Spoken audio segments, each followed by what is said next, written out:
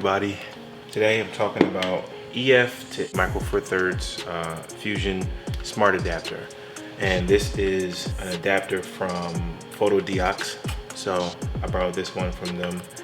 And I already own the focal reducing version, which is the Fusion Redo or Redux, however you want to pronounce it. Typically, say if you have a Micro Four Thirds sensor camera, they have a smaller ring and a smaller sensor compared to say a Canon or Nikon or Sony. And what that allows you to do is take a Canon lens, in this case a Canon lens, and mount it to a Micro Four Thirds body. So if we take the standard version, we can attach by lining up the rings or the knobs, of course, and then from there we can take that and attach it to the camera like so. There are a couple advantages and disadvantages to doing that.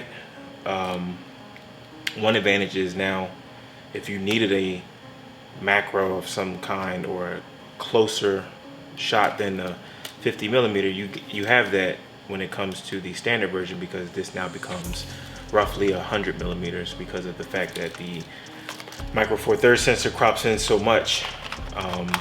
This one in particular has the autofocus. So if you look here, you can see those pins, and those pins allow for the lens to communicate with the camera as if it were a native lens. Now, if you don't have lenses that autofocus, then you don't need that.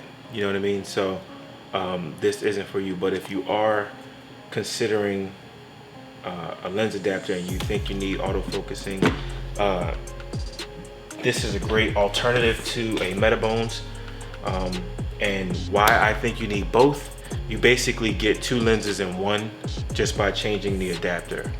And I think that on the fly, if you have something that you're trying to, if you took this lens out and you saw something that's a little distance away and you realize you only had the one lens, because I mean, let's be honest, sometimes you don't bring everything with you, or you just run and gun and you didn't realize that something was going to be further away.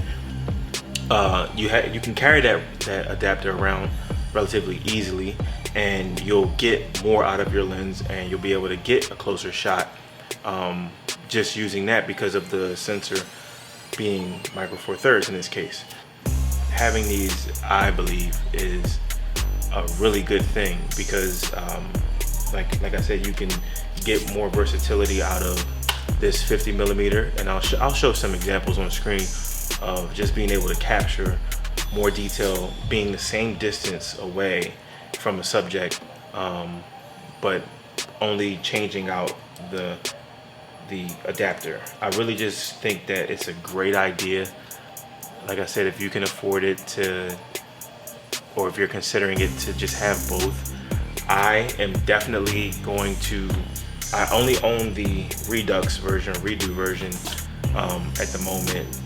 Like I said, I'm borrowing this one from Fotodiox, but at the end of my time with it, after checking it out and seeing how it does, I'm definitely going to buy one for myself, because like I said, I really only want to use the 18 to 35. People think that you should have multiple lenses, which you should. I have a 50, I have my Broken Eye, which is a prime lens, and it's for Micro Four Thirds, but I really love the clarity of the 1835 by Sigma, and I want to just have that be my main lens. Definitely going to pick one up.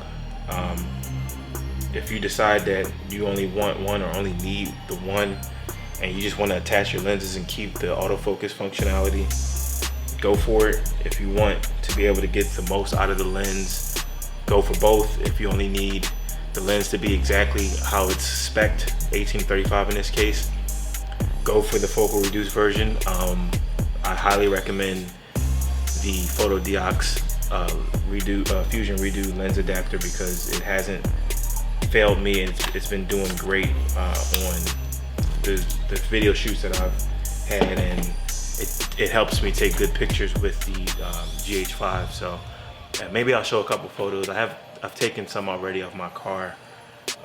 All in all, I think that it's a great buy, and if I had more cameras, I would buy more. So just want to thank you guys for watching, and talk to you guys later.